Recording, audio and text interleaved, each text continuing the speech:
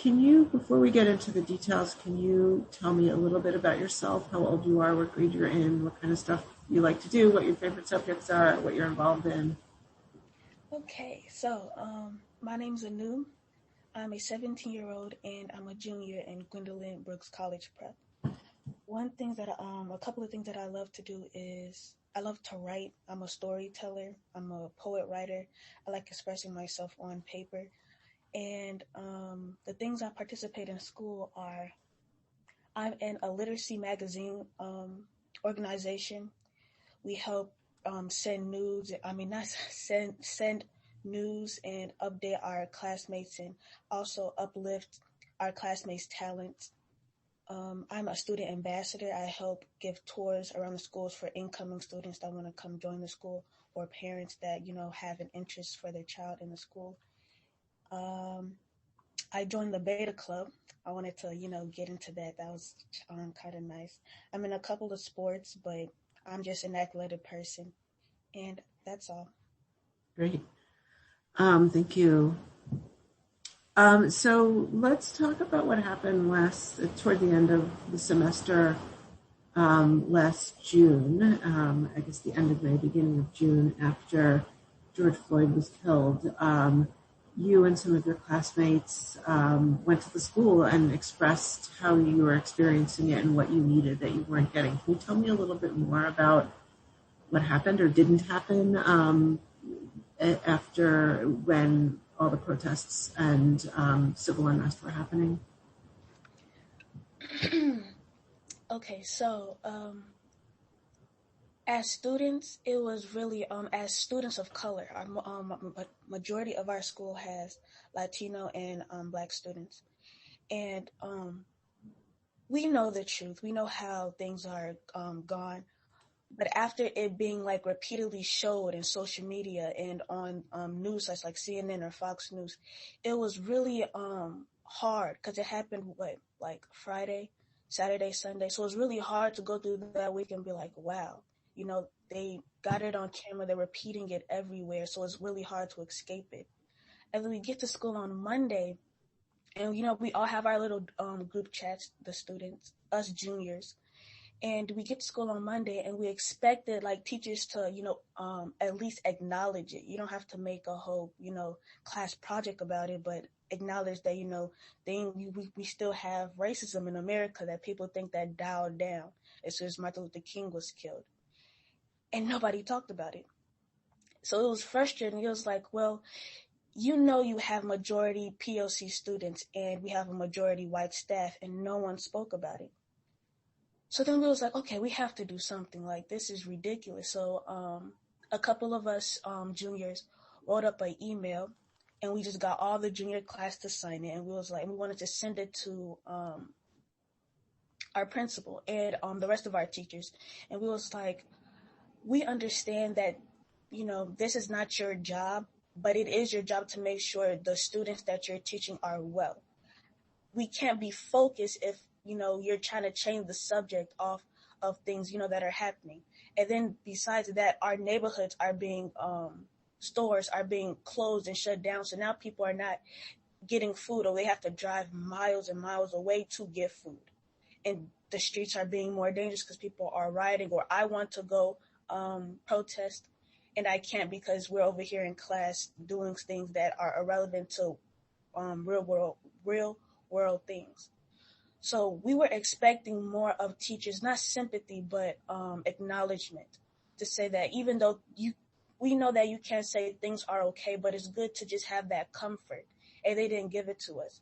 So instead of, just being upset, we wanted to talk to them like as a young adult to an adult. We expected this thing and we got disappointed. Can you please, like next time, for our future students, be a counselor for them and not just the teacher figure that just comes at this time and leaves and have nothing to do with their lives. Great. So you and your classmates decided to express your feelings and experiences in an email. Tell me about how that came about and how it was received. So we was writing the email and it was not censored. Censored. And that I feel like thank you to Miss Dolan. She helped us, um, she helped us censor it and help us get our point across without just ranting. And that was one thing that it was really great. Our letter was just more about our feelings and more about how we expected more. And I feel like it would have not been received as well to other teachers that didn't have the same political or, get their information from a different news source. So the way that Ms. Dolan really helped us made it readable to everybody. I feel like that was really what started everything off, and like she helped us understand that our feelings are valid and that we have the right, or we have the that it's good for us to speak out on things that make us feel uncomfortable. Tell me a little bit more about that part about speaking out about the things that make you feel uncomfortable. Okay, so as students, since elementary, you're taught to, if anything happens, just raise your hand or be quiet or just sit still or wait till the teacher calls on you or wait till, you have to wait all the time until the teacher says something. But, growing up and going to high school, what I learned is that you have to be able to speak up for yourself or people will not notice. People will think that people will think that you are okay. So when we didn't speak up.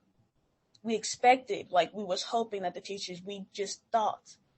But then when we found out the teachers wasn't there for us, or not all the teachers, there was some that were, but when majority of the teachers just shrugged their shoulders and was like, let's continue this lesson, it was just really like, wow. Maybe, I don't even know, like it was just really confusing. So imagine just growing up being like expecting the teacher to take care of you. That's always limiting your voice. And then now you expected them to comfort you, but they wasn't there to do that. And they wasn't there to do that because they wasn't expecting you to feel anything, or they wasn't expecting you to bring outside life to school life. Mm-hmm. And that was the problem because they are intertwinable at this point because of Corona, because of the pandemic. Whatever's happening in my outside life is going to affect my inside life. Different people have different homes. So now if anything's happening outside, it's going to affect this. And they didn't realize that. They didn't understand that, and besides us being students, we also are sisters, daughters, sons. So that was just, I think I answered your question, but I feel yes, like absolutely, very beautifully. So Ms. Dolan and others had told you, don't send this to the whole school. And you mentioned before that you were thankful for her intervention. Why is that?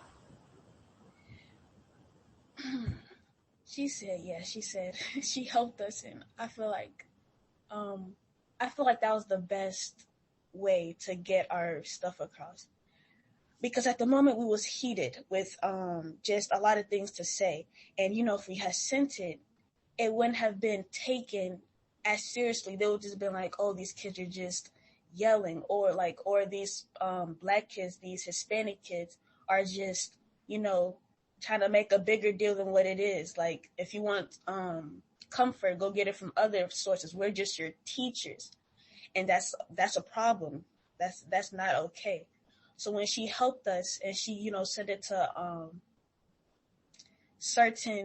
she sent it to like certain people, to like everybody, and she helped us.